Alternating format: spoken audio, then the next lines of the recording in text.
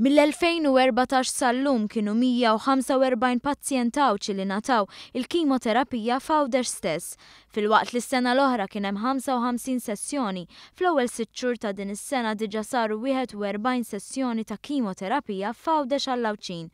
Sostna dan il-Ministru għall-Enerġija u s-Saħħa Konrad Mizzi fit-tweġiba għall-mistoqsija parlamentari tad-Deputat Nazzjonalista Chris Said. Dan kollu jindika s-suċċess, iżda fuq kollox il-bidla fil-ħajja tal-pazjenti Għawċin li fil-passat kien ikollhom jaffaċċjaw l-iskariġġ li jaqsmu l-fliegu sabiex jingħataw trattament għal marda tal-kanċer fl-isptar f'Malta.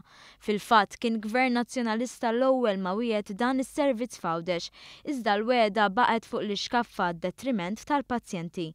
Wara l-bidla fil-gvern din il-miżura ttieħdet bis-serjetà biex f'Jannar tal-2014 pazjenti Għawċin bdew jirċievu l-kura fi gżierithom stess. Dan flimkien ma' diversi miżuri oħra li tejbu s-servizz u l-ambjent tal-Isptar Ġenerali ta' Għawdex għal wieħed li jixraq lil kulħadd wara li tħalla fi stat ta' żdingar għal snin sħaħ ta' Gvern Nazzjonalista. Intant il-ftehim ma' Barts u l-investiment privat mistenni jwassal għal bini ta' sptar ġdid f'Għawdex u dan pare passu mal-politika tal-Gvern li joħloq minn Għawdex ċentru ta' eċċellenza fil-Mediterran għas-servizzi mediċi.